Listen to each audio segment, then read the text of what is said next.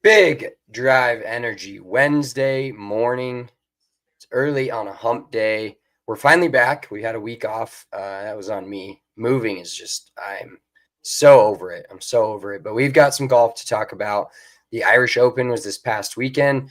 We've got the Pro Core Championship in Napa this weekend. A little Ryder Cup prep for everybody except for Bryson DeChambeau. We're going to talk about Rory McIlroy winning the Irish Open. Also, a Netflix documentary coming out on Rory. Great show today because Mitchell just gets to talk about Rory the whole day. And then, of course, we'll talk about our last couple of weeks, what we did, and a WTF Wednesday, which I've got multiple of those. So it's going to be a longer WTF Wednesday with how my life has gone the past couple weeks. And we will do that all in 30 seconds. All right.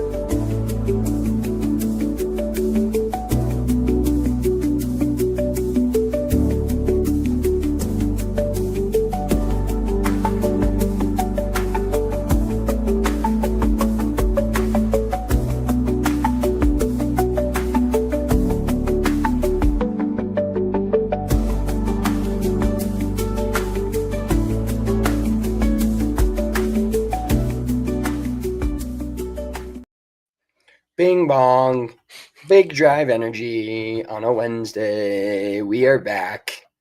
We're back in action. What's up, champ? And what's up, dude? How's your last couple of weeks been? I'm sure we'll get to golf and Rory and all that at some point, but we've got to spend some time kind of catching up. As you can tell, my voice, dude, the smoke here and the air quality, and like every night I go to bed and I wake up and I've just got this immense more phlegm than I normally have inside me. And every morning I wake up and it's not fun. It's not fun at all. Yeah, getting that drainage going. I didn't realize there's smoke. Is there fires? I don't watch the news, so I really have no idea if there's fires in Canada, if there's fires in Colorado. Do you know where they're located? No, I don't know where they're located, but all I know is they're really cooking my fucking brains. They're really getting me. Scrambling your shit. Well, I will tell you that hat is phenomenal. If you're not watching on the YouTube, it says the nut.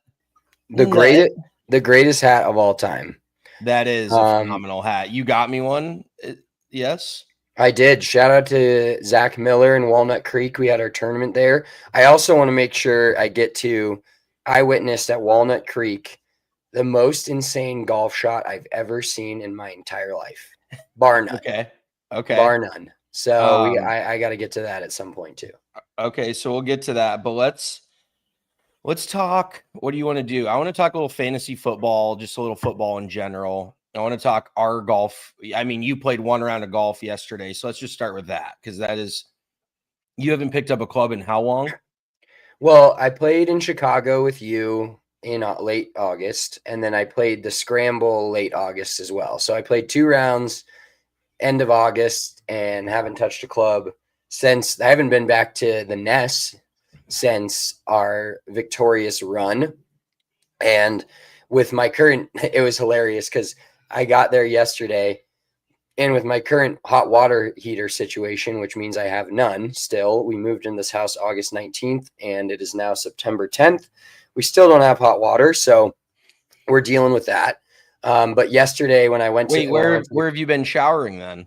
Well, that's what I'm saying is when I went to the club yesterday, I go to the golf course to play golf with some buddies, and I have my work backpack, I've got a duffel bag, and I've got my golf bag, and I'm rolling up there like I'm fucking moving in and I'm going to start living at the hotel.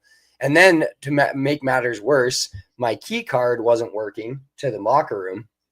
So I had to just literally put, like, me and Charlie rode in a cart together, and I literally put my duffel bag and my backpack in the fucking basket along with my golf bag, and we just rolled around like that all day. Basically just living out of who knows what. I will say, when this is kind of an odd thing, but when the basket in the golf cart gets too full, it like fucks up my round of golf. If there's too much shit back there, like if people have shoes, because the basket strictly is like where I will throw a head cover, for a minute, couple minutes when I take it off, and then I put it back on because I'm a normal human being.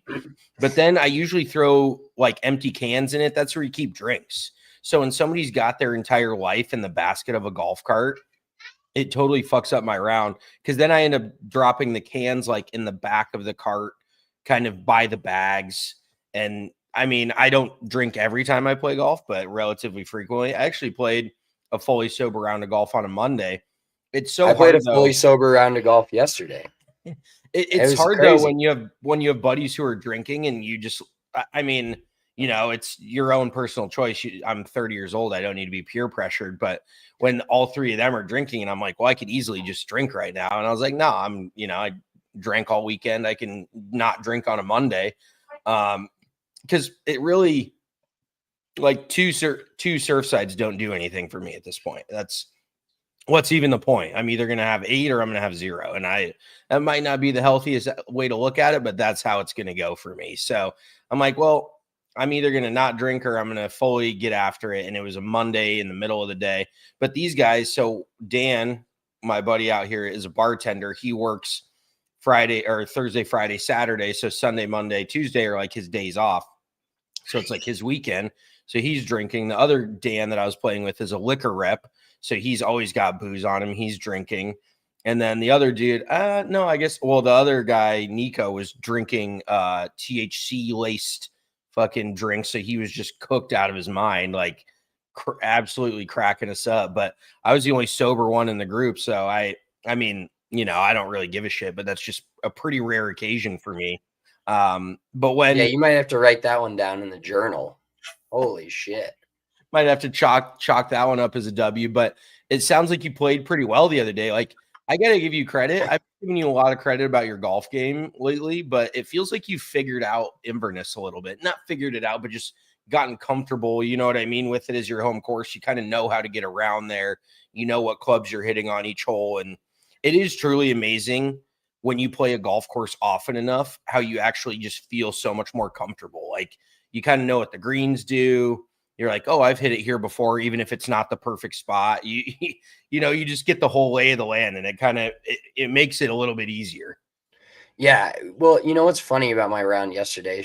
I shot 70, even par 70, no big deal. 37, 33. But dude, I felt like I hit maybe 4 or 5 good golf shots the whole day. Yeah. Like, I hit a lot of good tee shots, and that reminds me, I'm buying a new 3/4 wood. It goes from like 13 degrees to 16 and a half. That's a 2/3 wood. Oh, well, whatever. A 13 degree is a 2 wood. Are you sure about that? Yeah, you're basically getting a mini driver. If it was a 3/4 wood, it would go from like 15 to 18. Okay. Well, it goes from 13 to 16 and a half. It's the Titleist GT3. And I was hitting the demo yesterday, and I'm going to buy it. So I'm going to use all our credit up, or not all of it, but how much is that thing? How much? I have no clue. I have no idea, but I know I need it, and I know I have the credit to cover it. So I had the demo, and then I went back in after the round, but like, I hit it on one and kind of just hit it too far through the fairway, whatever. But then I hit it on like 5, 6 other holes and just put myself in perfect position from the back tees there. Like, and I need more than hybrid. I need to have something a little less than driver, more than hybrid, that I can feel comfortable with. And it has the Project X. It had the Project X 6.0 in it, which, you know, it not a little less soft for you. Yeah, but the way it felt, just even on the range, and then I've taken it out to play twice now. So I'm going to have a new stick in the bag, which is exciting. So are you just straight up buying that demo then? No. So I was like, I'll buy the demo. I don't mind buying the demo, but they're going to take one of their ones in stock and trade that's not the same specs, and trade it out for the one with the same specs that I have. Okay. So they can basically sell a stock item. And so I'm pretty pumped. Inventory out late in the season. Yeah. So I'm pretty pumped about that. But like, dude, you know, the one hole that I am just absolutely demolishing at Inverness lately is 13. The one where the creek runs down the whole left side and you kind of got to hit. Yeah. I hit that 5 wood to like 115, and then I hit a sand wedge to like 3 feet. And I did that multiple times when we were in the, like, that hole to me is just now is my little bitch. I slapped that thing around. Which is ironic because you can't miss it left or right. Like, see, this is what I'm saying. You've kind of made strides, I feel like, whether it be temporary or permanent in your golf game, where there's holes that are tough and you're just like playing them well. So I feel like maybe I kind of want to get down to like why you've improved, because it's kind of a curious case. Like, you haven't necessarily played a lot more, but I think it's just you maturing as a human being and not getting it. Like, you used to, every round of golf you used to play was an emotional roller coaster. And now I just feel like it's much more constant, like mentally, like it's a little more, low key. It's not all these ups and downs. And I feel like you've always had the physical ability, but now you're just putting it together with some sort of mental fortitude to get the ball in the hole. And, if you make a bad swing, it's not just going completely off the rails. So I got to give you a lot of credit there. I'm just credit where credit is due. Your golf game has drastically, I feel like, improved. Your putting is still questionable on, from day Very questionable, depending on the day. That's what where putter do you even, what I putter have do you have in your the bag? I have your spaceship deal. What the fuck's that thing called? I don't even know which one you're talking about. The one you sold me, asshole, that you upcharged me. Oh my God, I upcharged you on. I fucking gave it to you for $150 and I paid $400 for it 2 months earlier. What's it called? The Jailbird. Jailbird, that's what it is. And I putted, my lag putting yesterday was off the charts. Like, I had, 5 or, because that's where it came in, where I didn't hit that many good shots. I had like 5 or 6. I had a putt on 10. The pin was in the front. I kind of like sculled my wedge. I was on the back of the green. I swear to God, it was a 100-footer. And I hit it. That is one of the deepest greens out there. That is a long. And I putted it to a foot off the fringe from like 100 feet away. But like a perfect cosm of my day. Like, number one, I'm not going to go shot for shot. I promise. Cosm? I don't know if that's the word you're looking for. Well, microcosm of there. My day. Okay, there you go. This is macrocosm, microcosm, cosm. Fuck them.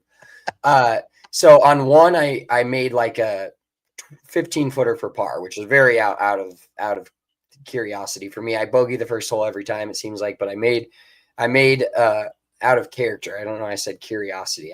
I'm struggling with words here. Just out of curiosity, very out of curiosity for me. Absolute fucking reel of fucked up words I've got going. And then on 2, this is a microcosm of my day, but just making a par. So on 2, I hit driver and I borderline top it, and it rolls down the little fucking mow path between the tee boxes and the. So and I definitely topped it. That's I topped it. Oh yeah, I topped it. And how do you top driver, dude? Bro, I haven't swung a golf club in 3 weeks. Like, what do you want from me? I understand, but topping. But I was trying to steer it, dude. That second hole is a fucking bitch, and I didn't want to hit the 5-wood or the 2-wood or whatever you call it. So I feel like the 3-wood would be the perfect stick there for you. Yeah, so I top driver. I'm in the little fucking landing strip there, and I hit a massive 3-wood up by right in front of the second creek. But it's under a tree. So I punch shot it, hits the tree, fucking bounces to the right, and then I have like 15 yards into the green still. I chip it to 2 feet and make par. Like, it was just days like that where I hit 2 god-awful shots on a par 5, but 2 good enough ones to end up making par.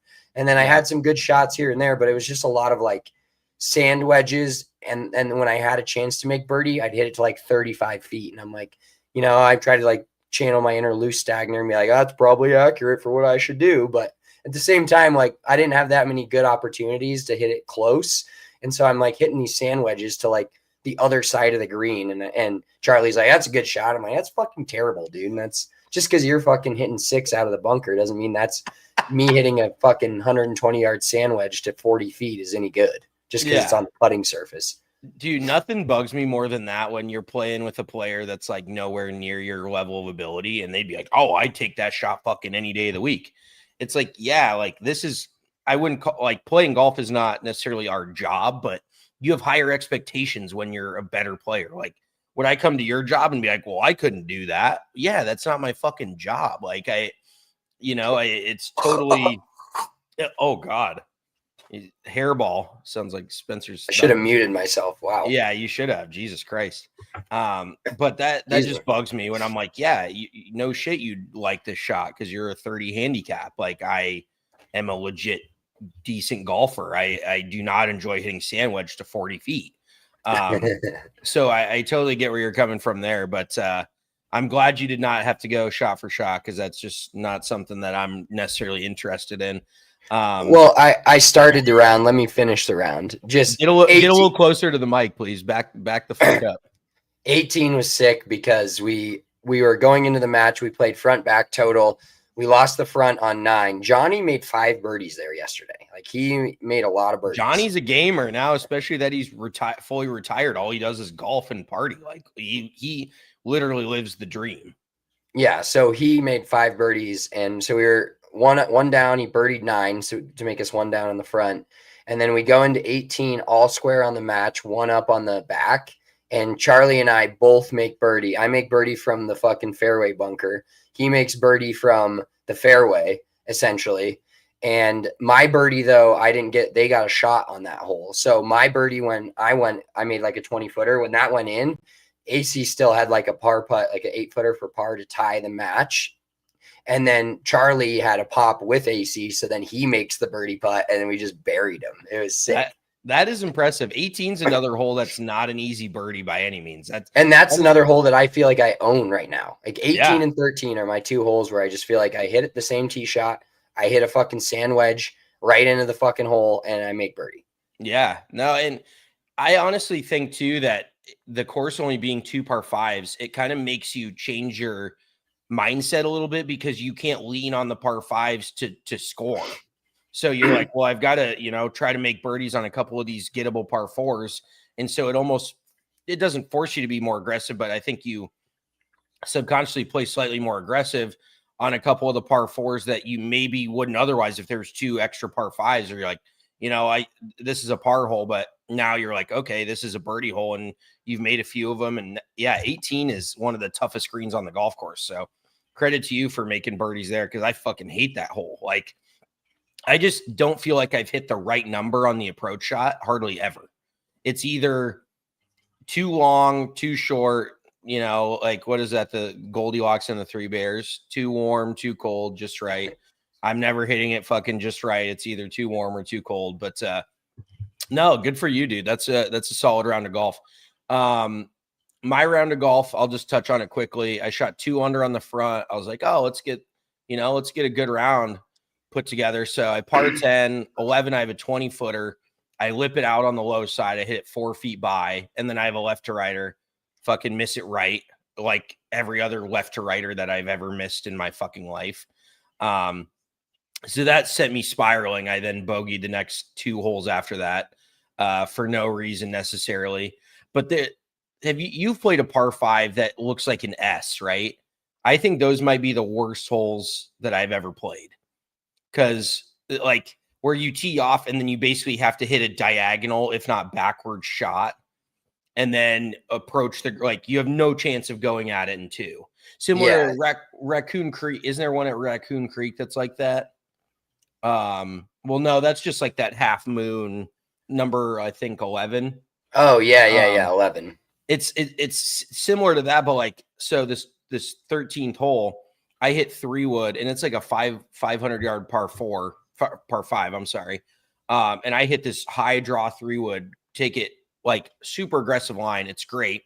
I end up through the fairway, and then I have to punch out almost behind me. So then I clip a tree because I'm trying to hit like a punch cut. I push it a little. Then I hit another tree. I was like, I hit literally the perfect drive, and I'm walking out of here with a bogey. It just, like, for as fun of a golf course as it was, it's called Flanders Valley, which I really enjoyed. It's just a local Morris County course here. Really cool course. I really did think it is solid, but that one hole just left a real shitty taste in my mouth. But then I made another bogey or whatever coming in. So from a good front 9 to a bad back 9. But it was still one of those where, I feel like after I make a couple birdies on the front, I feel like I should be able to keep it going. And it's so crazy how one bogey can then just completely derail your round. And that's where I need to probably be a little mentally stronger and be like, okay, let's, right the ship a little bit. You don't have to make a birdie right after that, but you can make a par and then, just hang in there instead of starting to try to press a little when you make bogeys. So it was just stupid. But I want to talk a little football. Let's talk a little football before we talk some golf. Give me a rundown. So our pick six, we'll go pick six, fantasy teams, football in general. Where did we go? Let's spend about as many seconds as wins we had this week, which is 1. We fucking were terrible in the pick six. Well, okay. So, 13 favorites won out of 16 games. So that's a fucking general. Like, I just thought that week 1 was going to be more fun. The anticipation, it's almost similar to Christmas, where the anticipation is almost more exciting than the actual happening of it. Because then we're sitting in the early window. We got the quad box going. Shout out YouTube TV. Shout out Spencer's login for YouTube TV. And we have the quad box going, and every single game's a turd, except for, shockingly, the Jets and the fucking Steelers was the game of the day. And that was the one that we really weren't watching because we just figured it wasn't going to be a good football game. Turns out that was the only really actually fun game to watch. And then the afternoon window, the Broncos won, but they kind of put up a bit of a stinker. It was not a fun game to watch. And then the other afternoon games sucked too. Like none of it was really good. Oh, and I made the cardinal sin of turning off the Sunday night game with 10 minutes left. I thought the Bills were, I thought the Bills were cooked. I thought the Ravens had it in the bag. And then I wake up and I see that somehow the Bills won that football game, and I was shocked. But I guess Derrick Henry fumbled, and that kind of changed the entire game. Kind of handed the Bills. I did the exact same thing. I saw it was 40-25, and I was like, I'm done. I'm not watching this. Like, fucking Ravens blowout. And you know what sucks is I just looked back at our picks. We had the Bills, but -1.5. And they won by 1. So I didn't even realize that. Like I'm going to call you out. You talk shit to me all the time, so I'm going to talk shit to you. You putting Houston in there as a road dog at only 2.5 points, kind of garbage. Your hate, like I love the Niners, and I'm overly a jerk off for them because of Kylie and my wife being a fan. But your hate for them cost us another win because you're Seattle at home. Now a home division game, 2.5 points, fine, but 2.5 is still 2.5. It's not that much, And then Arizona, the home division dog. I just feel like I heard the stat. I think season openers, division opponent, home underdogs were 21-5 against the spread in the last. Well, now they're 21-12 because we lost every game that they were. Well, see, I know that is like a stat, and it's one of those where if everyone knows the stat, then it's probably too late. So we were definitely a little late on that, but I just felt like Seattle's offense looks like dog shit. Sam Darnold does not deserve to get paid what he's being paid because they don't really have an offensive line to sustain it. Kenneth Walker, he has been my biggest disappointment on all my fantasy leagues. I thought he was going to have a good year because they're, a threat through the air. They have Cooper Kupp now. And a couple other guys, and he was dog shit week 1. But I honestly, you tell me, but I feel like so many good fantasy players had terrible week 1s. Like Jamar Chase had 6 points. T. Higgins had 6 points. Joe Burrow had 8. Like, the Bengals' entire offense was fucking terrible. The fact that I think Joe Burrow was 0-5 in his season openers, which is insane. Yeah, so now I want to say 1-5. It's either the Bengals as a team or Zach Taylor as the coach or whatever. But like in their last 6 years, so 12, their first 2 games, the last 6 years, they were 1-11 in their first 2 games of the season, the last 6 years. So Bengals notoriously slow starters, but they actually pulled out a win against Cleveland. And then we also committed another cardinal sin of betting. And we went back and forth on this game. We were going to lose this game no matter what. The Philly-Dallas game. We were going to lose it no matter what because we bet Dallas +7. Philly's going to win by 40. We bet Philly -7, which we did. They win by 4. But that, looking back on it, obviously the hindsight of betting is always 20/20. A division team in division game getting 7 points And, you know, like, hindsight is 2020 though, dude. Like if what's his fuck doesn't spit in Dak's face on the first play and get ejected, then I feel like that game is totally different. Like that, talk about something that feels like a precursor for a bad season. Like your best defensive player, I'm spacing his name right now. Give me his name. Jalen Carter. Jalen Carter. Talk about Jalen Carter like getting the season off on the wrong foot. And to be fair, Dak spit in his direction, and then that kind of came out 5 or 6 hours later. He spit on the ground. That wasn't even like Jalen Carter trying to justify that. He's just another Georgia kid problem. Yeah, no, I agree. At least he wasn't behind the wheel. Let's just start there. But he there is definitely something to, like, if someone's looking you in the eye and then spits, like that's basically spitting on you, even though it didn't directly go on to you. Like you've seen it in like old school movies and shit where if somebody's looking you in the eye and then turns and spits and is still looking you in the eye, that's basically spitting on you, which I think is kind of what Dak did to Jalen Carter. And Jalen's like, oh, you want to play this shit? And just fucking hawked one right on his chest, gave him the old hawk to a spit on that thing. But that shit was absolutely hilarious. And then there was a player hurt. The first play took like 10 minutes. I'm like, what's going on here? People are getting ejected. A guy tore his ACL on the first play of the game. I'm like, this is just not a good start for the Eagles, but then they look good. I will say the Chargers, I would like to say that their win was alarming because they look very good, but it's also week 1. So we know that the Chargers age like a gallon of milk. Their season as they go on is probably just going to get worse. And this could be, obviously week 1 overreactions, but it's week 1 is very much in my mind. Is this team this good? To be fair, yes. Is this team this good or is the other team this bad? And that the Chargers Chiefs game, I walked away being like, do the Chiefs suck or the Chargers just ball the fuck out? Because Justin Herbert did look good, but other than that, like the Chiefs looked fucking bad. The Chiefs, they've played in 5 of the last 6 Super Bowls, so I'm not going to count them out until they're actually out. Like I've just given up on that.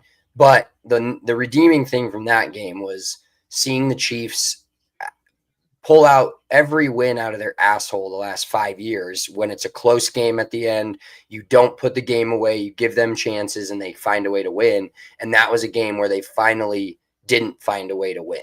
Yeah. And so that part was like, to me, that felt really good. Like, and Rashee Rice will be back. Who knows how long Worthy's hurt, but I'm not counting out the Chiefs, but I am enjoying, like, they play the Eagles this week. The Eagles beat them and they start 0-2. And they could still finish fucking 13-4. Wouldn't surprise me, but it was nice to see them lose a game where the last 5 years they win that game 90% of the time. Yeah, for sure. And this might be slightly biased on my part, but I just feel like there's not a single offensive piece on the Chiefs that scares me. Obviously, besides Patrick Mahomes, he's still, I think, top 3 in the league and probably the clutchest guy that there is. But there's not a single guy like their wide receiving core and their running backs, not a single dude like stands out to me. And that's where, especially during like fantasy drafts, I don't draft a single Chief specifically because you never know who's going to have a good week if they have a good week. But there's just not one single guy where, like when Tyreek Hill was on the Chiefs, you're like, he's going to be very good. He's going to go off. Patrick Mahomes is going to get him the ball. But even, Xavier Worthy doesn't scare me. Like Rashee Rice doesn't scare me. There's really, and then they turn out to be good, but it's not necessarily because of them. It's because of how good Patrick Mahomes is. So, but nothing on the Chiefs. And then did you see Chris Jones get in Tranquil's face and they had it out? Like, well, trouble in paradise week 1. I fucking hate to see it for the Chiefs. Yeah, you just love to see that. Some infighting. Yeah. But I no matter what, like unless Patrick Mahomes has a season-ending injury, which we don't wish on anybody, they'll be fucking 3-10, and I'm like, oh, they're gonna win the last 7 game or 4 games or whatever, and somehow get a wild card and then make the Super Bowl. Like, I am not going to say they're dead until they're mathematically eliminated. 100%. It's just one of those teams that you can't do that to. You want to hear another great fumble fuck that I had over the first football weekend is, so Missy does a daily fantasy with some guys at her office. Like it's like 10 guys or 10 people. She's the only girl. She has a daily fantasy about a bunch of guys at her office. Is that what you're telling me? A daily fantasy football league, fucker. Okay. And so they put this together, and she helps me she helps me. I help her, or she lets me help her. Let's put it that way. Some weeks pick her FanDuel lineup. And I decided that I thought Tua Tagovailoa was going to have a good day. And that Jalen Waddle, like, what is Miami? I know everyone and their mother has talked about it because they just looked like the biggest nightmare. But it's so crazy to think about when they steamrolled the Broncos 2 years ago. Like, probably one of the most embarrassing regular season games, one of the most one-sided regular season games in NFL history. And everyone's like, oh, Mike McDaniels is the next Bill Belichick. And, Tua Tagovailoa is this guy, and fucking Jalen Waddle this, Devon Achane that. And just, that was 2 years ago. And now McDaniels is looked at like the biggest dipshit in all of NFL coaching. Like, his seat is hotter than 3 rats fucking in a wool sock right now. He's getting fired probably in the next couple of weeks. And then, like, what is honestly, Tua's brain needs to be studied, because what has happened to him? He just cannot get rid of the football. He can't put it on anyone. With all these weapons he's got, it just flabbergasts me that they're so fucking bad. Like, it just does not make sense. No, it doesn't. And I do think, like, unless McDaniel just had a stroke in the offseason and completely changed his mental, his wiring of his body, I think they'll be back. I think there's definitely some week one overreactions. Like, remember last year, the Saints won their first 2 games by like 30 points, and everybody's like, my God, are the Saints the best? And then they finished with like the second or third worst record in the league.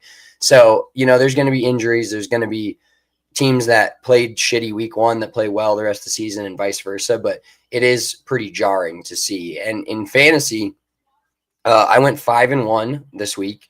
Holy on my shit. 6 teams, and the juiciest win was beating you by 0.06 of a point. That felt the fucking best. But funny story about the team I share with my wife is we're terrible in that league. I got last place last year.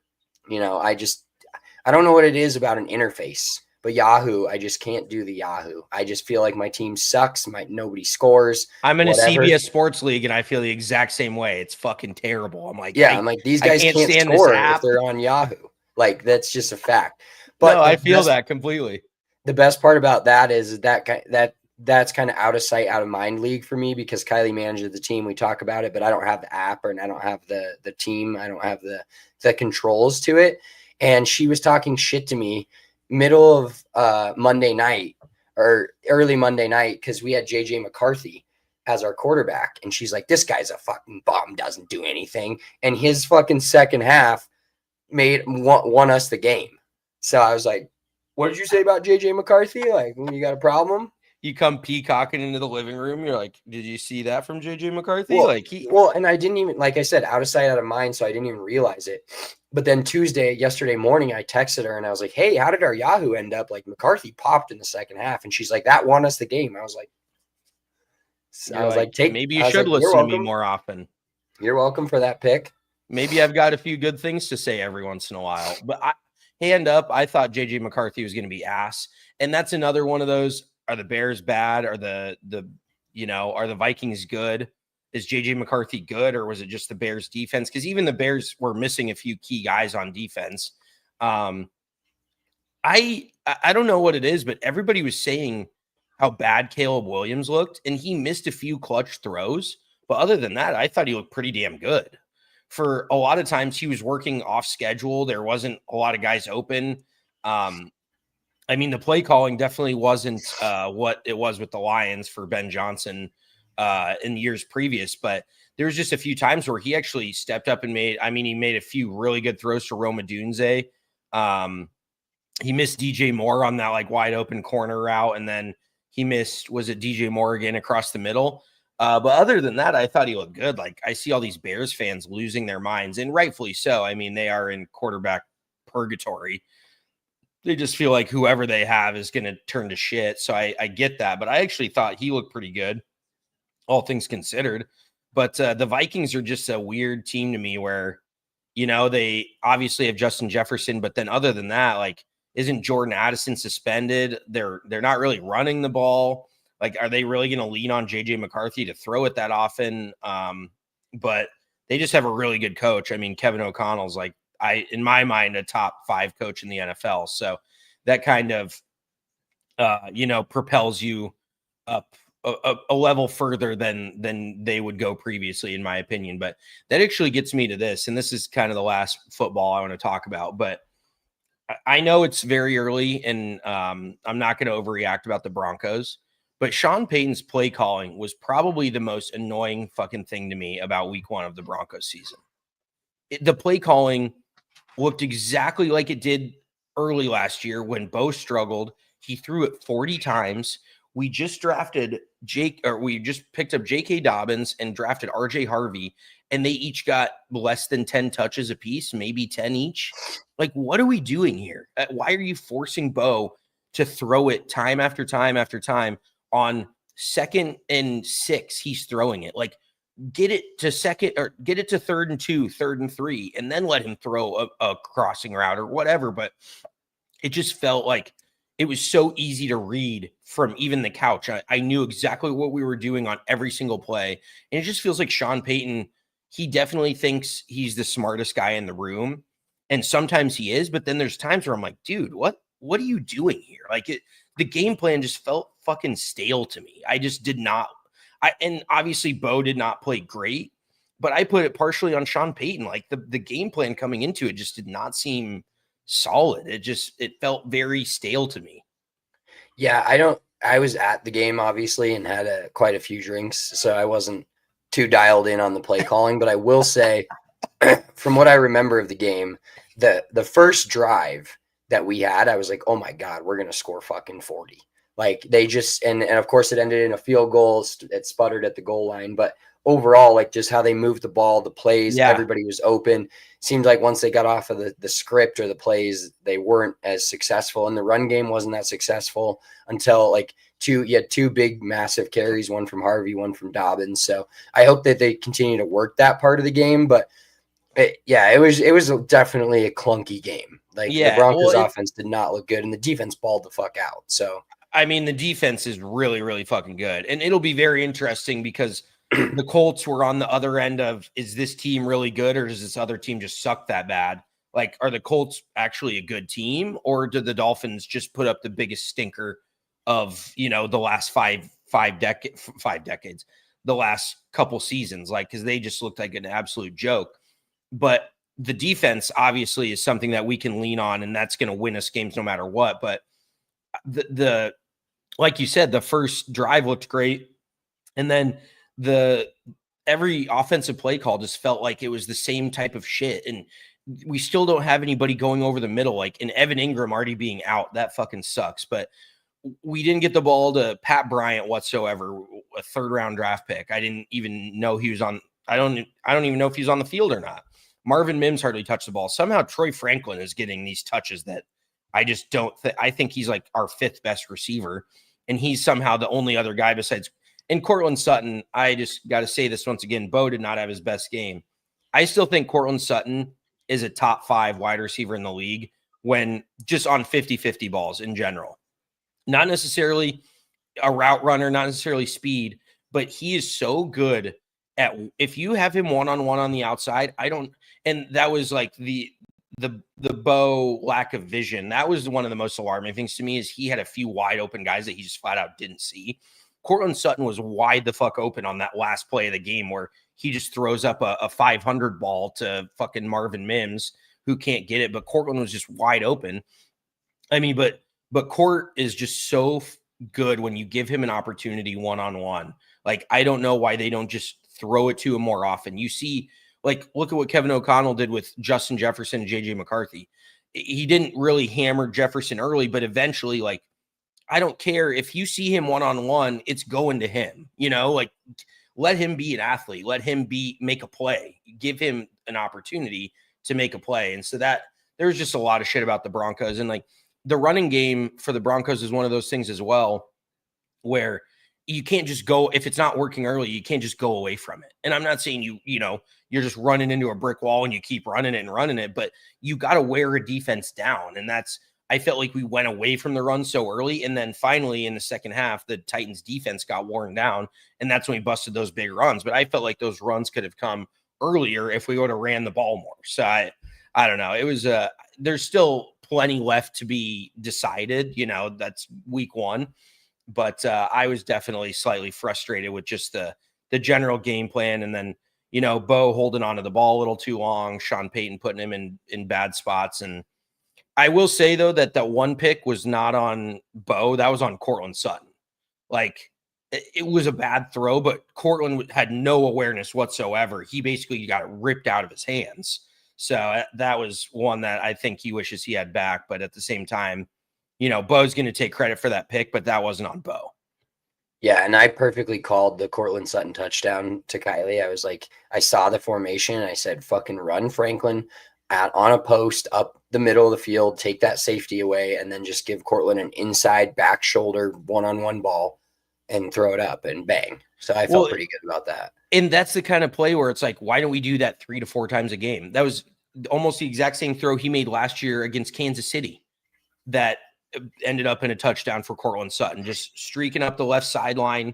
That one, honestly, Bo probably could have thrown a better ball, but Cortland still went up and got it and scored. So, it's like I said, a lot to still see from this season, but it was not the best performance I've ever seen in week 1. No, a lot to build on, but they won. They haven't won an opening game in like 3 or 4 years, so that's a good feeling. Colts Broncos is going to be a fun game to watch. I think that's actually going to be a low key. Like, I don't think anyone going into the season had their eye on Colts Broncos, but I think it's going to be now. All of a sudden, everyone's got expectations on Daniel Jones, and the Broncos might just eat his fucking lunch. So, I hope so. Let's get into a little bit of golf talk now. I'll start this off with the most insane, I teased this earlier, but the most insane golf shot that I've ever seen in my life. So we played Walnut Creek, great facility. We had a 4-person scramble tournament benefiting Big Brothers Big Sisters a couple Fridays ago. Great time. But I played with my good old buddy Austin Lenz, and we're on the 18th hole. We're having a great time. We're on the 18th hole. I think we shot like 7 or 8 under, so nothing crazy, just like middle of the pack scenario. Real quick, did they flip 9s at Walnut Creek? So is 18 the par 5 by the clubhouse over the water, or is it the other 9? Yeah, no, that's that. I don't know when they flipped it, but both times I've played it, it's been like this. And we played it with Alex and Tom like 4 years ago, or whenever the fuck that was, it was like this. Okay. One was the one straight down the hill, and then 18 was 10 was the little shorter one right next to the clubhouse. Like it's been like that as far as I know. But maybe because I played a U.S. Open local qualifier there a few times, and I think they had them flipped maybe just for that event, but it's got my mind forever jacked up as to what hole is which. So, okay. Yeah. 18 kind of over the water all on the right, and water, as you know, on a golf course in Colorado brings in a lot of geese. So we're hitting our second shot into the par 5. There's geese probably 20, 30 yards in front of us. I didn't even like see him when I was hitting my shot, but Austin's not as good of a golfer as we are. And he rips a 3-wood or 5-wood or something that's a worm burner that gets lodged in a goose's fucking stomach. It fucking was 4 feet off the ground, 3 feet off the ground, hit the goose, and the ball never came out. It was in it. And that thing was limping around. Christian was like, do I need to kill this thing? I was like, oh my God, I don't know. And it I don't want PETA coming in here, with our 100 of viewers on this fucking podcast and coming at me, but dude, Eric and Christian and even Austin was kind of trying to laugh it off, but when you do it, you feel bad. I was like, it's a fucking goose. These guys were like mentally rattled by it. Like the fact that it was like limping, I guess you could see some of its guts coming out where the ball was just lodged in. Oh yeah. That's yeah, I didn't want to see that. I just walked past it, but I was like, dude, there's a million of these geese. And then we looked back and it looked like they were having a little fucking funeral for it. They were all like huddled around and shit, dude. It was the most insane. I don't know how that's even physically possible. I don't know how it just didn't bounce off it, break its leg or do something. It was lodged inside the animal. The fact that did it just go right up its asshole? No, it went in the side of it, dude. That's what's like. I don't know if it got under its wing, if the goose felt it and lifted its wing up, and then it just shot in there. Or I would say the most impressive thing is that Austin created a ball with enough speed to penetrate a goose's outer shell, because that Austin is not known for hitting the hardest of golf shots in the world. But yeah, I definitely, I don't know if it, I don't know what it is, but I have no problem. I don't like want to see geese die, but I would compare it to like owning a house on the golf course. As a goose, you land on a golf course. I mean, obviously they're not very self-aware creatures, but that's just, it's nature, it's fucking natural selection. You land on a golf course, you could get hit by a golf ball. There was probably hundreds of geese out there that day. Only one got hit by a golf ball, but why are we freaking out about that one? You're kind of taking your life in your own hands out there, especially if they would have known Austin was coming up. I bet they would have cleared out. But yeah, it does, like, geese do not really affect me, unfortunately. They're just basically like rats with fucking wings. Yeah, I hate geese. Yeah. Let's get into, before we get into Rory, you sent me this over today. So this is I'll pull this picture up here. This is the course rules for Cypress.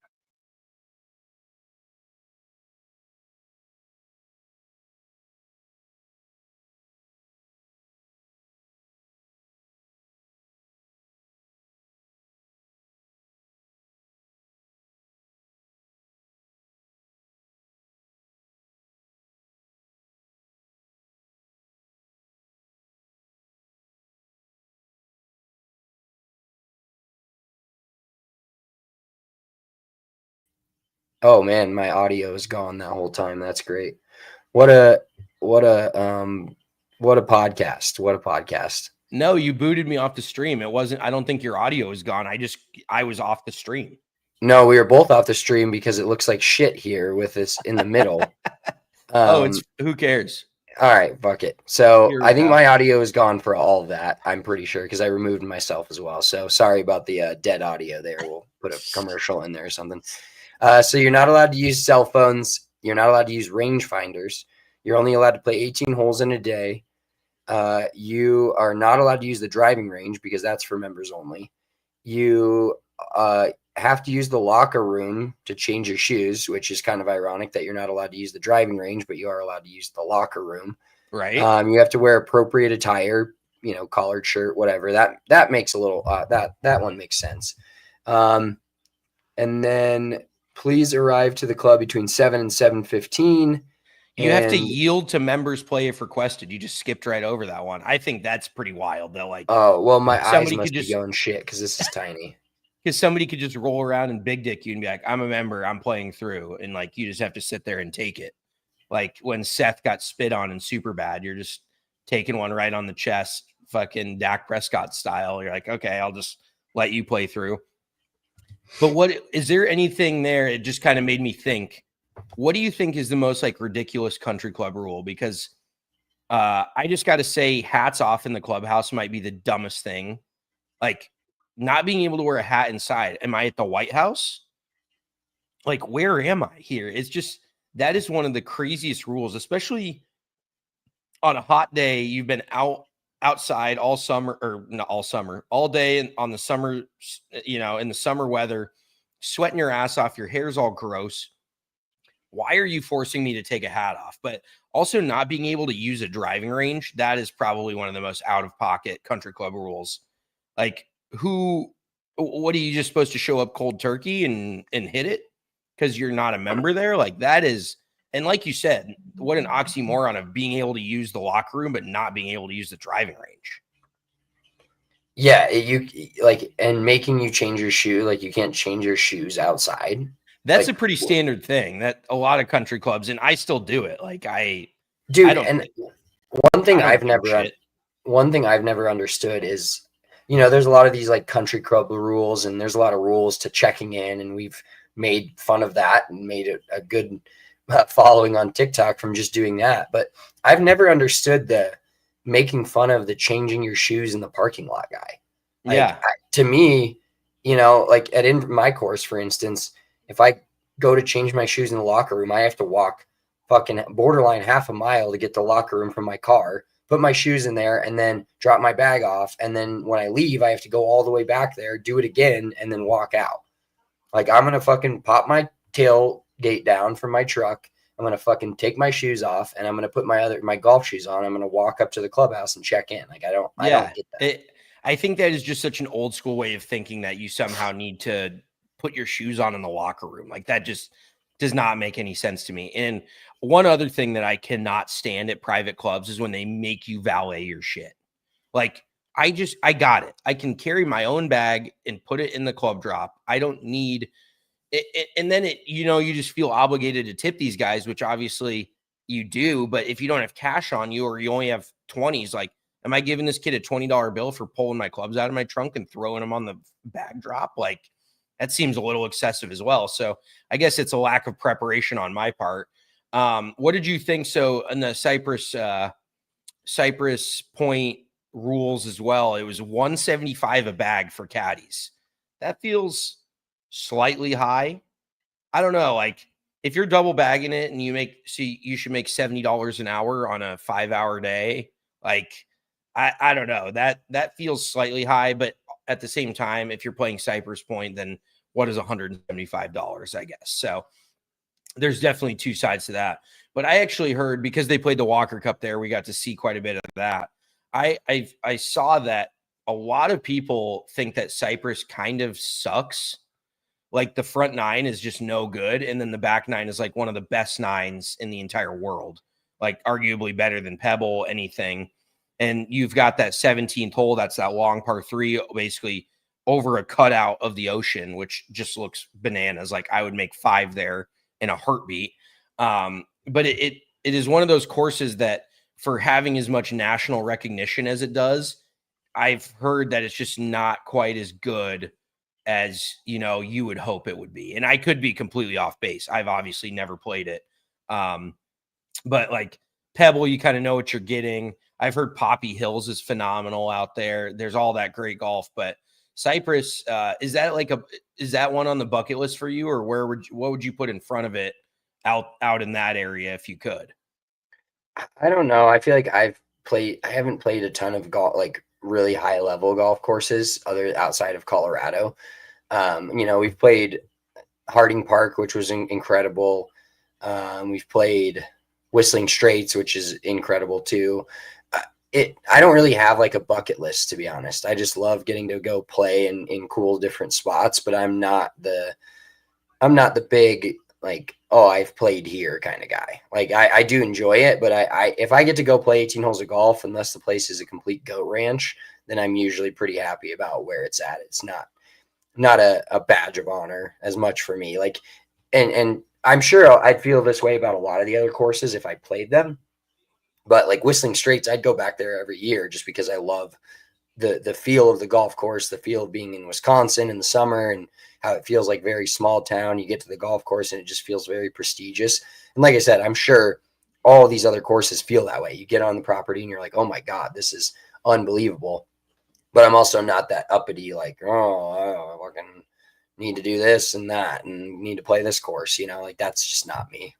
No, I mean, I think we're pretty lockstep on that feeling as well, because I do not feel the need to brag about where I played. And I don't know, if you're sitting around with your buddies and just talking about all the great golf you've played, it's just like, why don't you just all whip your horns out and compare sizes? Like it's like the size of your truck type of thing. I don't really care where you've played. I don't really care what logo you've got on your shirt. That's just not necessarily something that means that much to me. But if I were to pick a destination, I mean, that Monterey area, I really want to play Pasatiempo, which I don't know if Chris Ingram still works at or not. It's been a couple years since we talked to him, probably more like 5 to 6 years since we talked to him. But that looks like the most unbelievable. That would probably be a course I would be more excited to play than even, probably, maybe Cypress Point, maybe Pebble Beach. I just really want to play that track because it looks unbelievable. And I just want to buy some merch from that pro shop because that is an all-time logo. Yeah, and to be fair, like thinking of playing golf on the coast in California and hitting 7-iron like 165, 170 does not get me going. It just doesn't excite me, to be honest with you. I like it up here. I'm comfortable here. It is true, comfortable, safe at elevation. Back seat. in the back seat. I just have gotten so adjusted to sea level that I just don't even think about it now, which is crazy to me. And just I don't necessarily hit it that much shorter. I don't know what it is, but maybe that's just how short I hit it. I just don't hit it far enough in general, but it doesn't affect me nearly as much as I feel like it affects you for some reason, which is odd. Yeah, because hitting like seeing a clear of like 250 and knowing here that that's pretty light work, and then having to change my entire game plan of not being able to do that. And then when I hit those wipey cuts and they go even shorter, I'm like, this is fucking terrible. Like, I don't want to hit a hybrid into all these greens. That's not. I'm bomb and gouge guy. Yeah. Oh, dude. If I hit a bad drive at sea level, it's going like 230. It's pretty wild how fucking short it is. Like I mean, a good drive, a good solid drive is 280. Like I can still get it out there, relatively speaking, but and just the length of courses is insane too. Like the Rose, my home course, quote unquote, even though I've played about 4 rounds of golf there this year, maybe. That it's only 6,700 from the back tees. And I'm not saying it's a long course by standards out here, but it definitely doesn't feel super short. You know, there's not just a bunch of absolute layup gimme holes, you know, whereas 6,700 at elevation is like basically you're playing from the ladies' tee. Like everything's a fucking flip wedge. You've got like 4 or 5 tee shots that are, if you hit them good enough, you might be on the green, or you're pitching, you're 20 yards out. I was just kind of thinking about that. I haven't had a home course since we left our old track that we worked at, and it is kind of an odd feeling. Like I haven't played one single golf course a lot, which is kind of alarming to me. And maybe that's, I don't know if there's something to that or not, but I feel like I've played pretty good golf relative to playing all these golf courses for the first time, because there's definitely something to be said for getting to know a golf course. And I've even played Inverness pretty well, I would say, relatively speaking, for the few amount of times that I've played it. But now I'm just getting off the rails talking about my own golf game again. Oh no. Well, I'm terrible the first time I play a course too, other than like a few random rounds where I've fired like low numbers at Sand Hollow or something like that, where I just was in his groove. But normally when I don't know where I'm hitting it, and I'm not comfortable enough seeing a fairway and just hitting it, that I make a lot of mistakes, a lot of them. A lot of crazy numbers. Yeah, I totally feel that. Yeah, let's get into Rory. So we got a 2-parter on Rory today before we get to What the Fuck Wednesday. Rory, number 1, won the Irish Open, King of Ireland. You would anticipate he would win this pretty much going away, but he actually was in a playoff. He was in a playoff with Sweden's Joakim Lagergren and surpassed him with a birdie on the 3rd hole to claim his 20th title on the DP World Tour. There's some decent competition over there, but you kind of anticipated if he was in his normal form, he wouldn't need to take the Irish Open to a playoff. But I'm sure you're a sicko. And did you watch any of this actually live? I did not watch any of it live because it was right when we were driving back from the beach, and then I was getting football food ready, so I was kind of in somewhat of a groove. But I saw it on social media, and like you said, I mean, the fact that like Lagergren, I think, has won 1 time on the DP World Tour in his whole career. So not saying it wasn't a good win, but Rory was definitely not beating a fully stacked field of guys. But the eagle putt that he made to tie it on 18 was absolutely insane. It went around the entire hole, 360'd, and then dropped in. And that just like goes to show you, I didn't think Rory was going to have much momentum going into this Ryder Cup because he hasn't played well in, however many weeks. He won a few times earlier in the year, but then he wins legitimately like 2 weeks before the Ryder Cup. And I'm like, okay, is there not a single dude on this European Ryder Cup team that hasn't played really well lately? Because that is the most alarming thing to me, is just the fact that it feels like every single one of those guys. But I do have to mention that, did you see that father and son, and now Spencer's gone, very cool. The father and son behind the green when Rory made that putt, and neither of them were on their phones. I mean, the son was like 10, so hopefully he doesn't have a smartphone. But they had just such a celebration together. They like looked at each other and they were hugging each other, and they were right next to the green to watch Rory tie it to go into a playoff. And I just thought that was like a super cool memory that Rory can definitely, a memory that Rory produced for that father-son. So I just thought that was super cool stuff. But I got to give credit to Rory. He always plays well in his homeland, but just the fact that he got this one done and actually pretty clutch on the greens. And I got to say, in the playoff, I think they went to the third playoff hole. They both birdied the first 2 playoff holes. So pretty impressive playing by both of them. But yeah, not a pillow fight playoff like I feel like we've seen a lot on the PGA Tour, which is still fun to watch. But when guys are hitting it to 10 feet, 8 feet, missing it, making par, and then heading back to the tee, it's kind of void of action. It's void of some excitement until somebody buries a birdie putt and wins it. Yeah, 100%. So good for Rory. I mean, he's not my favorite guy in the world, and I hope we bury him at the Ryder Cup. But I have more of a nagging feeling that the U.S. team is not going to see the success that we've seen in previous years at the U.S. On the U.S. soil for the Ryder Cup. But then also Rory, it looks like he just signed a deal with Netflix to do like a documentary on him. And this gives me kind of LeBron vibes. And that's, I don't know if I have to say any more than that, but pretty egotistical to be like in the middle of your career and having a documentary made about you, like post-mortem. I just don't know if I to be fair, enjoy that. Like Rory's made a shitload of money in his career, but it's also a $10 million deal. Like, yeah. Somebody puts 10 million in front of you, I'd do whatever it took to make that doc. Dude, 10 million. They could film me in the shitter every day for all I care. Nobody wants to hear that those sad toots you got going. But no, Rory, 10 grand or 10 million to him is like $1,000 to us. Like, sure, it's a chunk of money, but it's not something that you necessarily need to do a documentary about. So I just don't know how I'm going to feel about that. It gives off a smell in your own farts type of vibe. Like, and Rory has just always, and even the way they preface this, and I don't even know how much credibility there is. I just saw this on Facebook, and Facebook's probably not the best news source, but it describes his turbulent past and his challenging upbringing. Like, unless I'm missing something, because Rory's life has been pretty publicized, I don't think he had a very turbulent past other than when he left his wife for 2 weeks to go bang Amanda Balionis. Like, that is the most probably turbulent thing that he's dealt with. And all he was doing was leaving his then wife to go hook up with an NBC reporter and then get back together with his wife two weeks later. Like, that was all his decision. So talk about self-inflicted turbulence in your life. Like, what is going on here? It feels like he has just completely gone off the rails and then pretended like it was everyone else's fault. Like, I don't know. Am I completely in the wrong here? I mean, I don't know what his upbringing was like.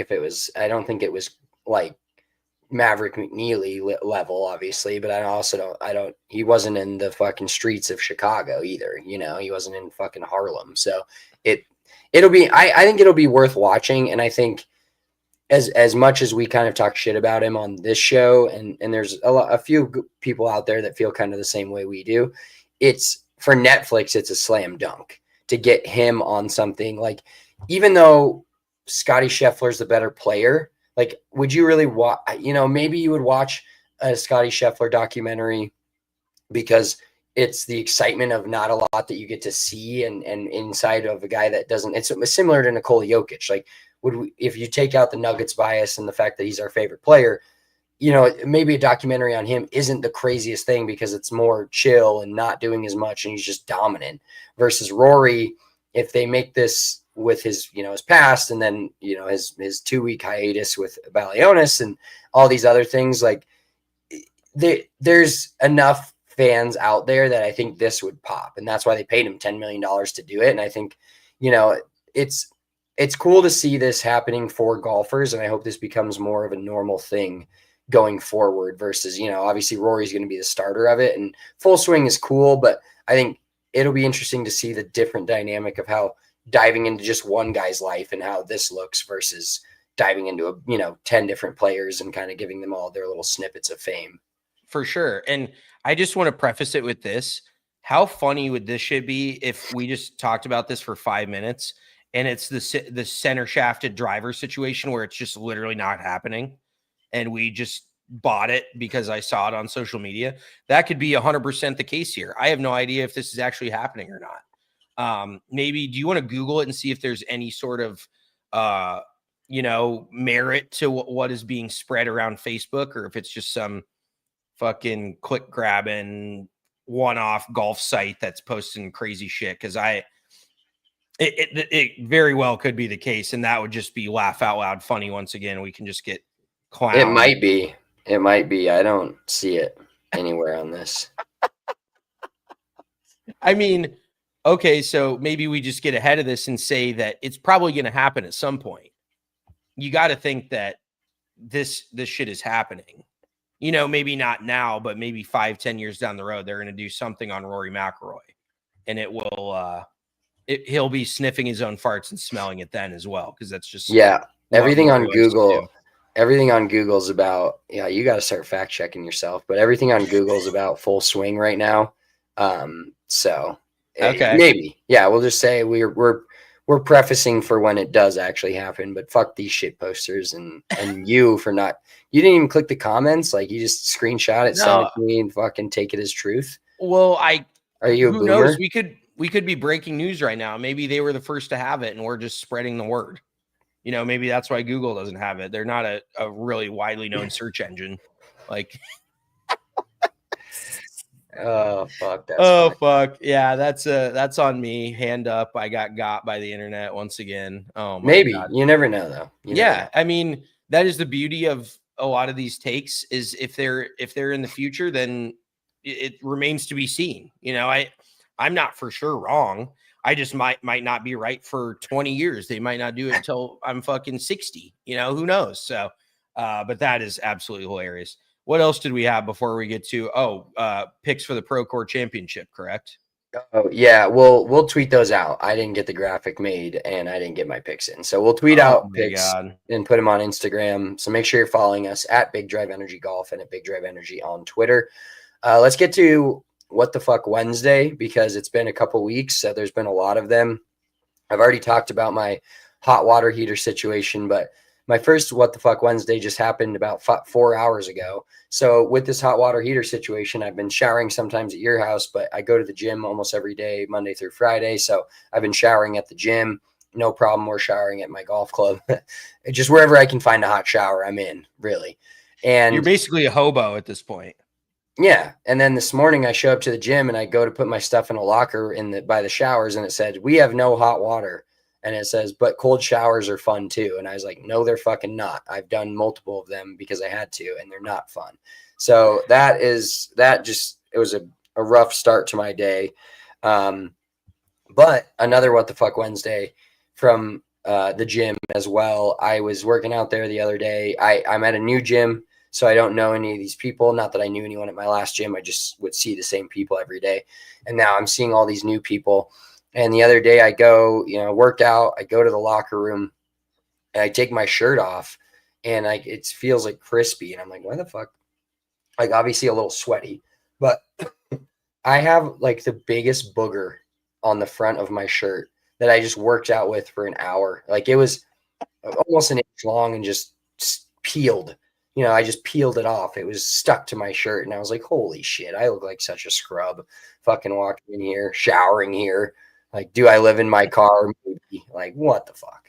Oh my God. That is absolutely. Well, and you're the kind of guy that will pull your shirt up and like wipe your face off with it. So it could have been one of those as well. You never know. But yeah, it sounds like that smoke's got your nose in a blender.